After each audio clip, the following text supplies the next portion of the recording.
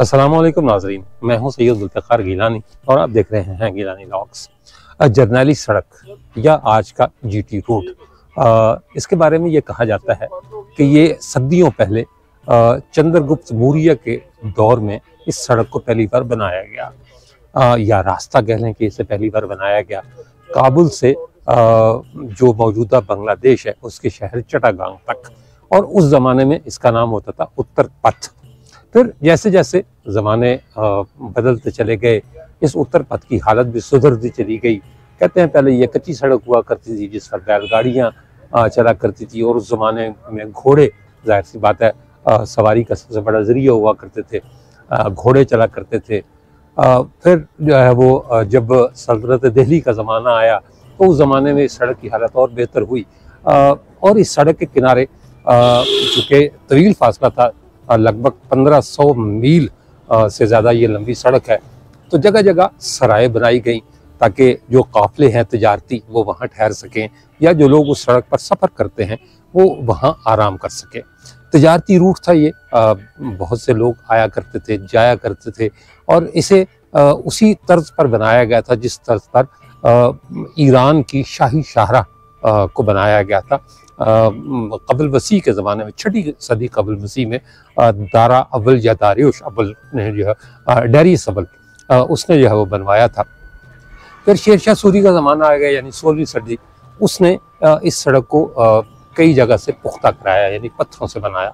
उसने कुछ नई सराय भी तामीर करवाई, पुरानी सराय उनकी भी मरम्मत करवाई, और साथ जो है वो थोड़े थोड़े फासले पर चौकियाँ बनवाई ताकि डाक का निज़ाम तेज़ रफ्तारी के साथ अंजाम दिया जा सके। शाही हरकारे चला करते थे, शाही बगियाँ चला करती थी, और वो थोड़े थोड़े फासले पर सराय थीं जहाँ वो ठहरा करते थे।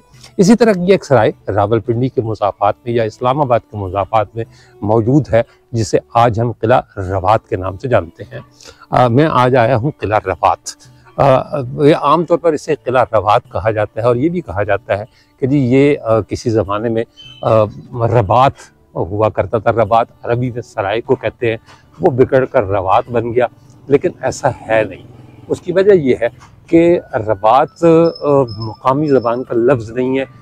इसके इर्द गिर्द की जो सराय हैं उनके नाम सराय काला, सराय खरबूजा, सराय पक्का खानपुर, सराय राजू पिंडी, इस तरह की सराय हैं, यानी मुकामी नाम है। इन मुकामी नामों में रबात कहीं फिट नहीं होता, यानी जचता नहीं है। इसलिए ये तो पहली बात है कि ये किला नहीं है, हालांकि अब इसको किला कहा जाता है, रवात फोर्ट कहा जाता है बाकायदा, और इसके साथ बहुत सी कहानियाँ भी मंसूब है, जिनमें से कुछ सही हैं और कुछ गलत है। सामने एक तारीख लिखी हुई है, हिस्ट्री लिखी हुई है, जिस पर वाज़ेह तौर पर यह लिखा हुआ है कि किला रवात एक कदीम कारवान सराय थी, जो कि जरनैली सड़क के साथ मुसाफिरों की सहूलत या सरकारी एहलकारों के ठहरने के लिए बनाई गई थी। इसका फ़न तामीर इस बात की गम्माज़ी करता है कि यह किला नमा सराय 15वीं सदी के अवाइल में सलातीन दिल्ली के ज़माने में तामीर हुई, लेकिन इस किले को सुल्तान महमूद गज़नवी के बेटे मसूद के साथ भी मंसूब किया जाता है, जिसका ज़माना 1039 ईस्वी है, और कहा जाता है कि इसके लश्कर के बागी सिपाहियों ने इसे इस किले में गिरफ्तार किया और बाद में टेक्सला के नज़दीक गिरी के किले में ले जाकर कत्ल कर दिया। इससे पहले कि मैं आगे बढ़ूँ, मैं इस बात की वजाहत कर दूँ कि इस किले का ना तो या सराय कारवान सराय, इनमें से किसी का भी सुल्तान महमूद गज़नवी से कोई ताल्लुक़ नहीं है, क्योंकि मसूद गज़नवी को कत्ल किया गया था रबात मारगला, यानी मारगला की सराय। ये किसी भी तरह ना तो मारगला के नज़दीक है और ना जो है वो कभी इसका नाम रबात मारगला रहा, बल्कि मैं अपने एक व्लॉग में, जो ग्री फोर्ट का व्लॉग था, मैंने आपको सराय काला दिखाई थी जो कि टेक्सला में मौजूद है। सुल्तान महमूद गज़नवी को उस सराय में कैद रखा गया, वहीं बगावत हुई और वहीं उसे गिरफ्तार किया गया था, और उसके साथ ही गिरी फोर्ट है, उसका व्लॉग भी मैंने आपको करके दिखाया था, वहाँ ले जाकर उसे कत्ल कर दिया गया था। लिहाजा किला रवात के साथ या रवात कारवान सराय के साथ अगर सुल्तान मसूद गज़नवी को जोड़ा जाता है तो ये गलत है। ये किला बाद में गखड़ कबीले के सरदार सारंग खान के कब्जे में आया, जो कि अपने 16 बेटों के साथ शेर शाह सूरी के बेटे इस्लाम शाह सूरी के हाथों कत्ल हुआ और इसी किले में दफन किया गया। किले में दाखिले के 3 दरवाजे हैं। सदर दरवाजे का रुख मशरक़ की जानिब है, जबकि अक़बी दरवाज़ों का रुख शुमाल और जनूब की जानिब खुलता है। इसके अलावा मगरबी जानिब के वस्त में 3 गुंबद वाली मस्जिद है। इस किले की 4 दीवारी के अंदर एक बड़ा हश्त पहलू मकबरा, एक छोटा मकबरा जिसकी छत गिर गई है, एक मस्जिद और चंद कब्रें। मैं इसका एक व्लॉग पहले भी कर चुका हूँ रवात फोर्ट के हवाले से। अब मैं दोबारा आया हूँ, मेरा ख्याल है कि 3 साल के वक्फे के बाद महकमा आसार क़दीमा यहाँ काम कर रहा है और इस मतलब कारवान सराय या किले की हालत पहले से कहीं ज़्यादा बेहतर है। आइए मैं आपको अंदर ले चलता हूँ। ये सदर दरवाज़ा नया लगाया गया है, आपको ये इसको देखने से भी अंदाज़ा हो रहा होगा। पहले एक पट था इसका, एक पट नहीं था, दरवाज़ा बोसीदा हो गया था और गिर भी गया था। तो अब बहरहाल बहुत सी तब्दीलियाँ इसमें मुझे नज़र आई हैं, इसीलिए मैं दोबारा भी आया हूँ इसका व्लॉग करने के लिए। जैसे ही हम अंदर आते हैं तो दाएं बाएं 2 जो है वो हमें ये एक महराब है इसकी दरवाजे की बहुत बड़ी, और दाएं ये मेरा दायां है, दाएं तरफ भी एक छोटा सा कमरा बना हुआ है और ये बाएं तरफ एक छोटा कमरा बना हुआ है। इन कमरों को देखकर अब तो खैर इसकी ज़ाहिर तज़ीन व आराइश कर दी गई, बेहतरीन हालत में है ये।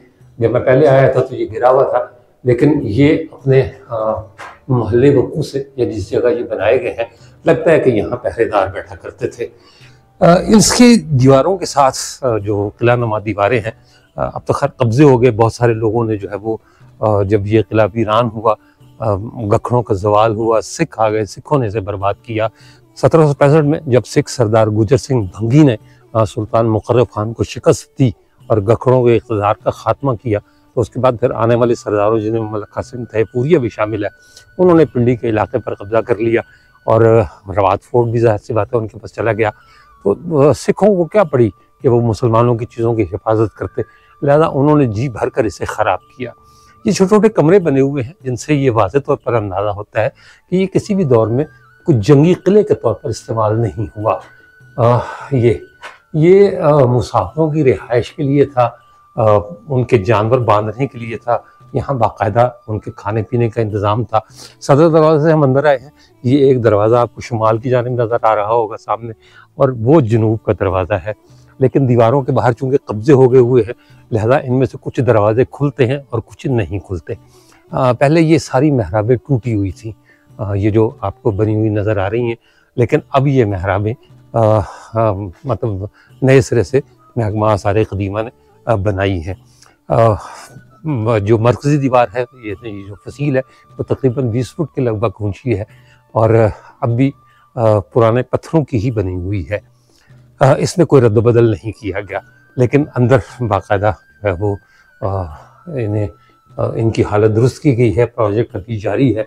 ये इन दोनों कमरों को मिलाने का एक रास्ता है, यानी अगर यहाँ से अंदर जाया जाए सर झुका के जाना पड़ता है क्योंकि महराब जो है वो इतनी ऊंची नहीं है, ये रास्ता इतना ऊंचा नहीं है कि जो है वो आप सर उठाकर एक जगह से दूसरी जगह जा सके। ये इसकी शुमाल की समत और ये मशरक़ की समत थी, मशरक़ की समत मौजूद था, ये शुमाल की समत है। शुमाल की समत भी दीवार में जो है वो छोटे छोटे कमरे बने हुए हैं और बिल्कुल इस बात को तक़वियत मिलती है इस बात से कि यहाँ मुसाफिर जो है वो ठहरा करते थे 1 रात 2 रात, यानी कारवान सराय के तौर पर इसे इस्तेमाल होता था। जो लोग कहते हैं, कुछ लोग ये भी कहते हैं कि इसे गखड़ों ने तामीर किया था, लेकिन ये गलत है। गखड़ों इस पर काबिज ज़रूर हुए थे। जब अपना सूरी ख़ानदान का ख़ात्मा हुआ तो गखड़ ज़ाहिर है पोठवार के हुक्मरान थे, उन्होंने फिर इसे जंगी मकासद के लिए भी इस्तेमाल किया। और सुल्तान सारंग खान के बारे में 2 रिवायतें हैं। एक रिवायत तो ये है कि वो इसी किले के अंदर मारा गया था अपने 16 बेटों समेत, लेकिन ये दुरुस्त नहीं है। जंग मनकाला के करीब हुई थी। ये कमरा दोहरा नज़र आ रहा है मुझे, सामने एक छोटा सा एक बरामदा टाइप आप कह सकते हैं ये है, और उसके पीछे फिर एक और कोठरी है। ये भी इसकी तीनों आराइश की गई है, नए सिरे से है बनाया है इसको। और ये अच्छी बात है कि मतलब महकमा आसार कदीमा ने इन चीज़ों को टेक ओवर किया है। पहले ये पंजाब हुकूमत के पास था, लेकिन अब इसका जो इंतज़ाम है वो वफाक के पास है, क्योंकि ये रावलपिंडी और इस्लामाबाद का जो इलाका है, रवाद को इस्लामाबाद का हिस्सा तस्वुर किया जाता है। ये मैं सीढ़ियाँ चढ़ के इसकी फसील के ऊपर आया हूँ ताकि मैं आपको ये दिखा सकूँ कि इसकी फसील जो है वो कितनी मोटी थी। ये जनाब, ये यहाँ से अगर शुरू करें तो ये इसकी पूरी फसील है। ये यहाँ से मैं आपको एक जो है वो नज़ारा करवाता हूँ इसका। ये जनाब पूरा किला आपको नज़र आ रहा होगा। दीवारें पहले तो बहुत सारी गिरी हुई थी, अब तो कम रह गई।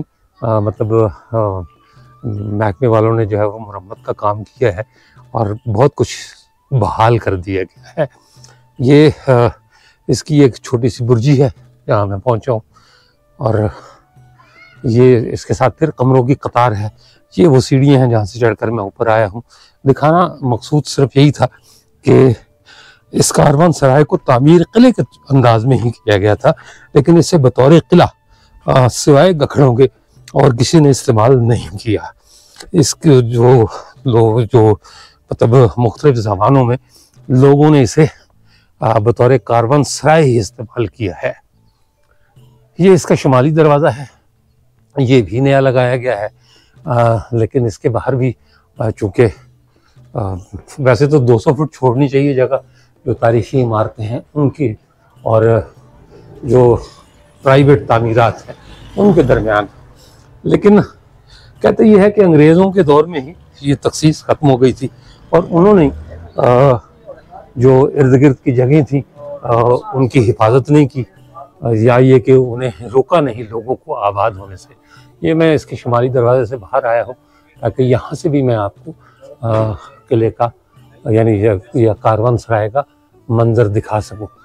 ये मैं अभी शुमाली दीवार के साथ ही चल रहा हूँ। जो पीछे जो कमरे बने हुए थे उनकी हालत तो अच्छी खासी बेहतर है, मतलब बाहर से भी और अंदर से भी।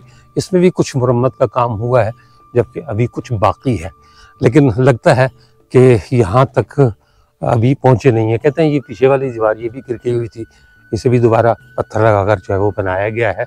ये जो आपको पीछे खुली जगह नज़र आ रही हैं, तभी ये मुकम्मल दीवारें हुआ करती थी और ये बाकायदा कमरे थे, लेकिन इन कमरों की छतें गिर चुकी हैं और मेरा नहीं ख्याल कि इन्हें दोबारा बनाया जाएगा। ये दीवार भी पीछे को झुक गई हुई है, हो सकता है कि इसकी कोई बेहतरी का काम भी किया जाए। ये सामने आपको एक बुर्जी नज़र आ रही होगी और इस बुर्जी के साथ टूटी हुई दीवार। तो वक्त गुजरने के साथ साथ सबसे बड़ी बात यह है कि हमारे किसी महकमे ने इसमें दिलचस्पी नहीं ली। अब पिछले चंद सालों से ये चूँकि विभाग के पास आया है, इलाका इस्लामाबाद का है, तो अब जाकर इस किले की कुछ मुकद्दर बदले हैं। ये वो मकबरा है जिसे आम तौर पर ये कहा जाता है कि सुल्तान सारंग खान का मकबरा है। मैं जब पिछली दफ़ा आया था तो ये कोई दरवाजे जालियाँ शालियाँ कोई नहीं लगी हुई थी, ये अंदर से खाली था और इसके दरवाजे भी टूटे हुए थे, खुले थे। मैंने अंदर से भी आपको दिखाया था, लेकिन अब जो है वो जाली का दरवाज़ा मैंने देखा है कि वो लग चुका है और उस पर ताला भी पड़ा हुआ है। गो के महकमे के लोग मेरे साथ हैं, लेकिन मैं आपको जाली के सामने से अंदर का एक मंजर दिखा देता हूँ, क्योंकि अंदर मेरा ख्याल है कि मुरम्मत का काम हो रहा है, उन्होंने पर्दे डाले हुए हैं। तो जो अगर पर्दे डाले हुए हैं तो उसे मेरा ख्याल है पर्दे में रहने दिया जाए, ना खोला जाए तो ज़्यादा बेहतर है। ये दरमियान में एक बहुत बड़ा अहाता है, सेन है, जिसमें ये जो कब्रें बनी हुई हैं ये कखड़ों की कब्रें हैं। छोटा मकबरा वो सामने है, वो मैं आपको बाद में दिखाता हूँ, लेकिन पहले मैं आपको ये मस्जिद दिखाऊँ। ये उसी दौर की मस्जिद है जिस दौर में ये कारवान सराय बनाई गई थी। बाद में इसकी दीवारें वगैरह पुख्ता कराई गई, लेकिन इसके गुंबद वही पुराने हैं और ये अपने बड़े बड़े गुंबदों की वजह से ही ज़्यादा मारूफ है। आगे एक छप्पर डाल दिया गया है और इसके नीचे नमाज होती है 5 वक्ता, और इसके लिए पहले भी कोई पाबंदी नहीं थी अंदर आने पर और अब भी कोई पाबंदी नहीं है। ये रवशें जो है यानी जो रास्ते चलने वाले हैं ये नए हैं, चट्टाने वगैरह लगाकर बनाया गया है। उस मकबरे की हालत बदसूर खस्ता है, उसकी मुरम्मत पर अभी इतनी तवज्जो नहीं दी गई और उसकी मुरम्मत नहीं की गई। सामने की दीवार भी अभी मतलब ये जो कमरे बने हुए हैं इन पर भी अभी मुरम्मत का काम शुरू नहीं हुआ, क्योंकि ये कई साल का प्रोजेक्ट है। इसी तरह ये सामने जो आपको खोलियाँ नज़र आ रही हैं, ये भी पीछे की तरफ झुक गई हुई हैं। ये तो कब्रें हैं सुल्तान सारा खान के बेटों की, और ये अभी मैं मस्जिद के साथ साथ ही चल रहा हूँ। एक कब्र यहाँ है, दो कब्रें यहाँ हैं। इसका मतलब ये हुआ कि सुल्तान सारा खान के बेटों के अलावा भी कुछ लोगों की कब्रें यहाँ मौजूद हैं। किला रवात में दो मकबरे बने हुए हैं, जिनमें से बड़ा मकबरा तो खाली है। महकमा आसार क़दीमा ने उसकी कोई फ़र्श बंदी की है या तज़ीन व आराइश की है, लेकिन ये बदकिस्मत मकबरा, इसकी छत भी गिर चुकी और जो दाएं बाएं की दीवारें हैं वो भी गिर चुकी हैं। इसके अंदर दो कब्रें हैं। ये हालांकि जो जगह है अंदर, उसे लगता ये है कि मुमकिन तौर पर ये उल्टे हाथ को भी कोई कब्र रही होगी, या तो बैठ गई है या वो ख़त्म हो गई है। ये सीधे हाथ वाली कब्र के बारे में तो नहीं पता कि ये किसकी है, लेकिन दरमियान वाली कब्र के बारे में रिवायत की जाती है कि ये सुल्तान सारंग खान की बीवी की खबर है। कोई तारीख़ी दस्तावेज़ मौजूद नहीं, कोई तारीख़ी शहादत मौजूद नहीं। जो सीना बसीना रवायात हैं उनके मुताबिक कहा जाता है कि ये जो दरमियान वाली कब्र है ये सुल्तान सारंग खान की बीवी की है।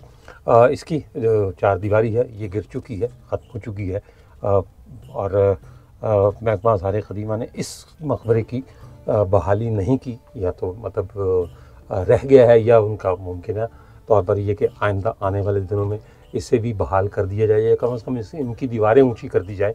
तो ये वो रिवायत है, मतलब तारीख़ी तौर पर साबित नहीं है, लेकिन जो सीना बसीना गखड़ों की रिवायत है वो यही है कि ये कब्र सुल्तान सारंग खान की बीवी की है। इस्लामाबाद फैलते फैलते रवात से आगे निकल चुका है, इसलिए आने वाले सालों में इसे रवात की सराय या किला नहीं कहा जाएगा, बल्कि इस्लामाबाद की सराय या किला ही कहा जाएगा। अजीज मलिक की किताब पुठोहार में लिखा है कि इसे हम किले से ज्यादा देखभाल की एक चौकी कह सकते हैं, क्योंकि इसके सिर्फ 3 दरवाजे हैं। एक मशरक़ी समत खुलता है, दूसरा शुमाल की तरफ और तीसरा जनूब की तरफ। इसे कदर बुलंदी पर तामीर किया गया था ताकि आसपास की आबादी पर नजर रखी जा सके। इसके अलावा मुल्क के मुख्तलिफ हिस्सों में डाक ले जाने वाले हरकारे इस चौकी पर घोड़े बदलने के लिए ठहरा करते थे। इसकी दीवारें 30 फुट बुलंद रखी गई थी, जबकि इसमें फौजियों के लिए चंद रहायशी मकानात भी बनवाए गए। दरमियान में खूबसूरत और कुशादा इस्लामी तर्ज का दीवान खाना भी था। इस किले की एक और काबिल दीद चीज यहाँ की 3 गुंबदों वाली मस्जिद है, जो आज भी आबाद है और कदीम दौर की याद दिलाती है। कहते हैं कि रंजीत सिंह के दौर में ये मस्जिद शदीद बेहुरमती का शिकार हुई और इसकी छत उड़ा दी गई। बाद में अहले रवात ने इसकी दोबारा तामीर की। मस्जिद के जरो दीवार की बर्बादी, वीरानी और बेसबादी के बावजूद अंदाजा होता है कि ये मस्जिद अपने वक्त में फन्ने तामीर का नादिर नमूना रही होगी। ऊंचाई पर वाक़ होने की वजह से ये किला या चौकी दिफाई एतबार से नहायत अहमियत का हामिल था। यहाँ से आसपास के वसी इलाके पर मौसर कंट्रोल हासिल किया जाता था। चूँकि ये किला सिर्फ फौजी अगराज़ व मकासद के लिए इस्तेमाल होता था, इसलिए इसमें रिहायशी इमारतें नहीं हैं। इस लिहाज से ये किला इसी नौइयत के दूसरे किलों से मुख्तलिफ है। किला रवात मुरब्बा शक्ल में पत्थर से तामीर किया गया है, जिसकी फसील में 3 दरवाजे बनाए गए थे। सदर दरवाजे का रुख मशरक़ी जानिब है, जबकि 2 दरवाजे शुमाल और जुनूब की जानिब खुलते हैं। सदर दरवाजे के मशरिक, शुमाल और जुनूब में 20-20 हुजरे तामीर किए गए थे, जो दिफाई लिहाज से अहमियत के हामिल थे, बल्कि इस जगह के माजी के कारवानों की आरामगाह होने की निशानदही भी करते हैं। किले की बाज़ दीवारों, महराबों, डाटों, ताकों और गुंबदों में छोटी ईंटें लगी हुई हैं। लफ्ज़ रवात की शोहरत की वजह गखड़ मुवर्रिखीन दीवान दूनीचंद और उसके बेटे ब्रिजनाथ की तहरीरें हैं। रवात का पहला जिक्र तारीख में अतालवी पादरी मेंसरेट की याददाश्तों में मिलता है, जिसके मुताबिक 1581 में अकबर के लश्कर ने मानक्याला के बाद रामडम में पड़ाव किया। अकबर का हिंदुस्तान नामी किताब में डॉक्टर मुबारक अली ने इसका तर्जुमा रवात किया है। 2 और सफरनामों में भी इस जगह का जिक्र है। हीरों के एक फ्रांसीसी ताजिर जैन बैप्टिस्ट टोर्नर ने 1650 में इस सराय को अपने सफरनामे में रोपत और 17वीं सदी के भूटानी जायर तंगतस रास पा ने रवाता लिखा है। रावलपिंडी के गजेटियर 1910 में दर्ज है कि गखड़ों का असर रसूख मशरक में दरिया झेलम और शुमाल में मारगला के दर्रे, मगरब में खेड़ी मूरत और जनूब में जिला झेलम के कुछ हिस्से के दरमियान था। इस इलाके में गखड़ों के 3 किले मशहूर थे, एक डडियाल आज़ाद कश्मीर के साथ दानगली, दूसरा फरवाला और तीसरा रवात। तारीख में गखड़ों के बारे में मुख्तलिफ रवायात बयान की जाती हैं। खुद गखड़ों का कहना है कि वो फारसूल असल और सुल्तान कैद बिन गोहर या किया गोहर की औलाद है, जो इस्फहान में क्यान का रहने वाला था। जबकि तारीख फरिश्ता के मुताबिक गखड़ों ने 13वीं सदी में इस्लाम कबूल किया और वो पंजाब में 682 ईस्वी से आबाद हैं। एक और रिवायत के मुताबिक दूसरी सदी ईस्वी में सियालकोट के राजा रसालू का शदीद दुश्मन राजा हुरडी, जो पंजाब की लोक रवायात में हीरो का दर्जा रखता है, वो भी गखड़ था। इसी गजेटियर की एक और रिवायत यूं है कि गखड़ एक फारसी बादशाह यज़्दजर्द की औलाद हैं। इस बादशाह की शिकस्त और मौत पर उन्हें अपना इलाका छोड़कर चीन की जानिब जाना पड़ा, जहां उनके कायद फिरोज शाह ने अपने साथियों के हमरा शहनशाह के मुहाफिज दस्ते के तौर पर मुलाजमत इख्तियार कर ली। वहां से वो तिब्बत गए और 7वीं सदी के आगाज में मुसलमान हुए। बादशाह महमूद गजनवी के हमरा हिंदुस्तान आए। उनका रहनुमा किए गोहर महमूद के साथ था। शायद इसी दौरान उन्हें जोग्राफियाई अहमियत के लिहाज से इस इलाके में आबाद किया गया, क्योंकि फरवाला के किले की तामीर भी 1012 से 1018 ईस्वी के दरमियान बयान की जाती है। रावलपिंडी के गजेटियर के सफ़ा 64 पर दर्ज है कि 1205 में गखड़ों को शहाबुद्दीन गौरी ने शिकस्त दी और उन्हें इस्लाम कबूल करने पर मजबूर कर दिया। बादशाह यही शहाबुद्दीन गौरी जब हिंदुस्तान से वापस जा रहा था तो गखड़ों के एक टोले ने उसे खेमे में घुसकर कत्ल कर दिया। लेकिन ये रवायत गलत है, क्योंकि ये तकरीबन साबित शुदा बात है कि शहाबुद्दीन गौरी को गखड़ों ने नहीं बल्कि खोखरों ने कत्ल।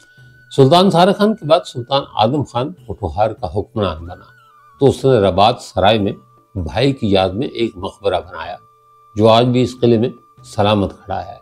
लेकिन ये बात हैरान कुन है कि कब्रें मकबरे से बाहर रखी गई हैं। इसकी कोई वजह अभी तक समझ नहीं आ सकी, क्योंकि इस तर्ज के जितने भी मकबरे पंजाब और सिंध में मौजूद हैं, कब्रें उनके अंदर हैं, मगर ये वाहिद मकबरा है जिसके अंदर किसी कब्र का कोई निशान मौजूद नहीं। रवात में बज़ाहिर गखड़ों को शिकस्त हुई, लेकिन जब हुमायूं ने शाह ईरान की फौजी मदद से दोबारा हिंदुस्तान का रुख किया तो उसने दरिया सिंध को अबूर करके गखड़ों के किला फरवाला में क़याम किया। यहाँ उसके साथ शहजादा अकबर भी था, जिसकी उम्र उस वक्त 14 साल थी। गखड़ों ने हुमायूं की भरपूर मदद की और उसे अपनी खोई हुई सल्तनत वापस दिलाई। जब अकबर बादशाह बना तो उसने सुल्तान सारंग खान के बेटे सुल्तान कमाल खान को पोठोहार का इलाका देने के साथ मुगल फौज में 5000 का मनसब भी दिया। राजमोहन गांधी अपनी किताब Punjab a history from Aurangzeb to Mountbatten के सफ़ा 139 पर लिखते हैं, गखड़ सरदार मुकर्रब खान ने 1739 में मुगलों के खिलाफ ईरानी हमला आवर नादिर शाह का साथ दिया, जिस पर नादिर शाह ने उसे नवाब का खिताब दिया। मुकर्रब खान ने मगरब में यूसुफजई और खटक कबीलों को शिकस्त देकर अपनी रियासत सिंध से चनाब तक फैला दी। बादशाह मुकर्रब खान सिखों की बढ़ती हुई ताकत के आगे न ठहर सका और भंगी मिसल के गुजर सिंह के हाथों 1765 में गुजरात में मारा गया, जिसके बाद सिखों ने इस किले को खंडर बना दिया। इसके साथ ही पोठोहार पर गखड़ों के 750 साल इक़्तिदार का सूरज ग़रूब हो गया। रवात कारवान सराय के अक़ब में 2 कुएं मौजूद हैं, जिनमें से ये बिल्कुल करीब है कारवान सराय के, चंद गज़ दूरी पर, लेकिन रवात शहर के अंदर है।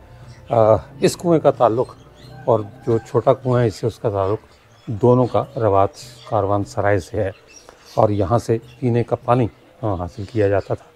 ऊपर ये जाली लगी हुई है, मोटरें लग गई हैं, लेकिन कैमरा तो शायद आपको ना दिखा पाए, लेकिन मुझे ये नज़र आ रहा है कि ये भी पत्थरों से बना हुआ कुआं है।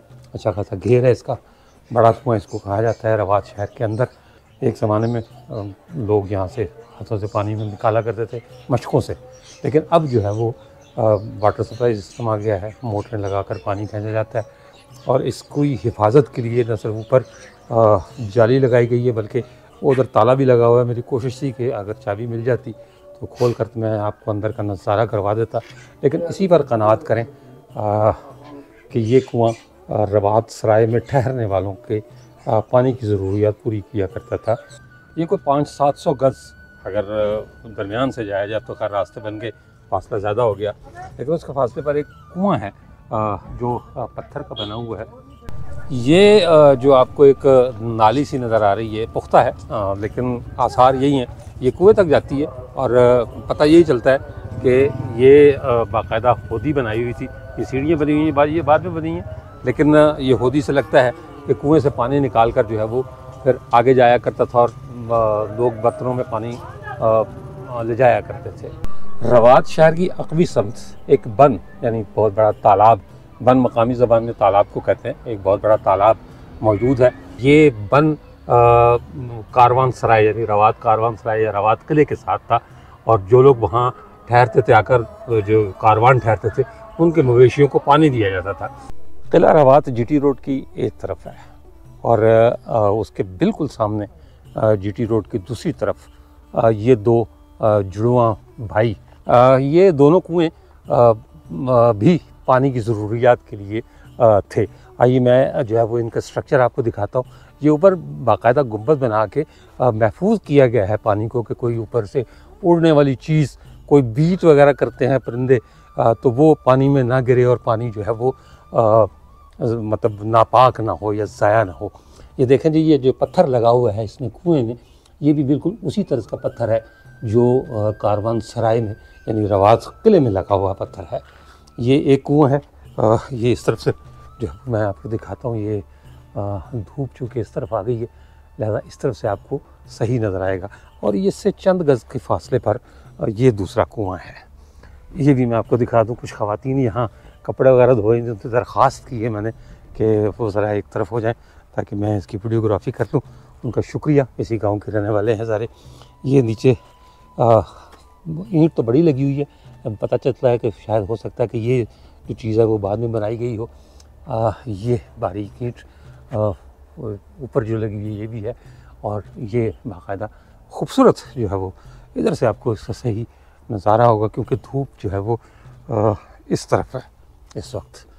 तो ये जनाब इसका, तो ये रवात फोर्ट के कारवान सराय होने की तस्दीक होती है इससे कि चूँकि वहाँ पानी नहीं था तो पानी के लिए ये 4 कुएँ थे, 2 कुएँ दूसरी तरफ हैं, मतलब उसी तरफ जिस तरफ किला रवात है, तालाब है, और ये 2 छोटे कुएँ जो पानी की ज़रूरियात पूरी किया करते थे यहाँ ठहरने वाले मुसाफिरों की, कारवानों की, उनके मवेशियों की और उन ताजरों की। रवात के वासियों ने क़याम पाकिस्तान के बाद इस किले की दीवारों को खूब नुकसान पहुँचाया और जी भर कर इसे लूटा। उन्होंने अपने घर तामीर करने के लिए किले की दीवारें तक गिरा दी। ताहम बाद में हुकूमत ने दीवारों के इर्द गिर्द तामीरात पर पाबंदी लगा दी। रवात का किला और इस इलाके के गखड़ों ने कई मकामात पर हिंदुस्तान की तारीख का धारा मोड़ा। हुमायूं उनकी मदद की बदौलत अपना तख्त दोबारा हासिल कर सका। नादिर शाह को मुगलों के खिलाफ करनाल के मार्के में गखड़ों की मदद न मिली होती तो बाद के हिंदुस्तान की तारीख बहुत मुख्तलिफ होती, मगर आज की तारीख गखड़ों को और तारीख में उनके मकाम को फरामोश कर चुकी है। तारीख के सफ़हात पर बड़े बड़े जंगजू, सिपाहसालार और फातहीन मदफून हैं। किला रवात में सुल्तान सारंग खान अपने 16 बेटों के साथ दफन है, लेकिन यहाँ आने वाले अक्सर लोग नहीं जानते कि सुल्तान सारंग खान कौन था।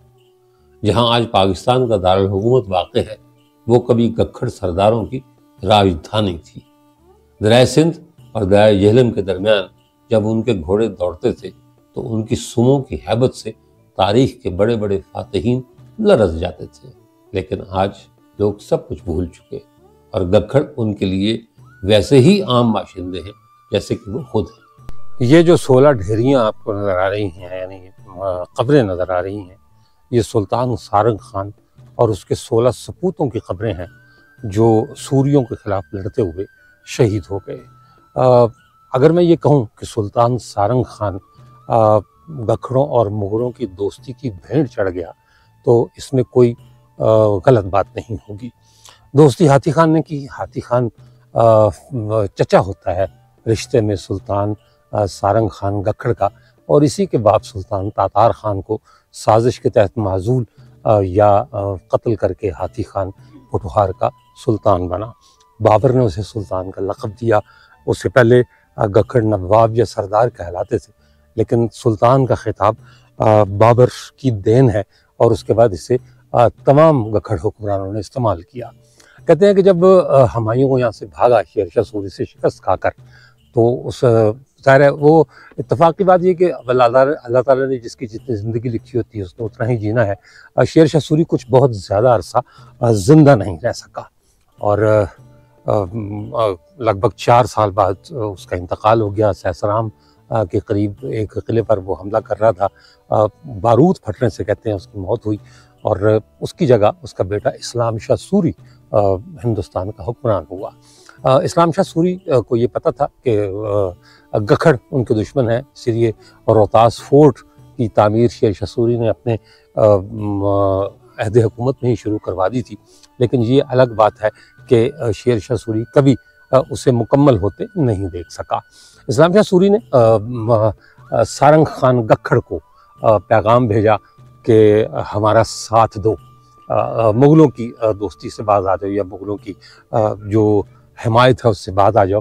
तो 2 मुख्तलिफ रिवायतें इस सिलसिले में मिलती हैं।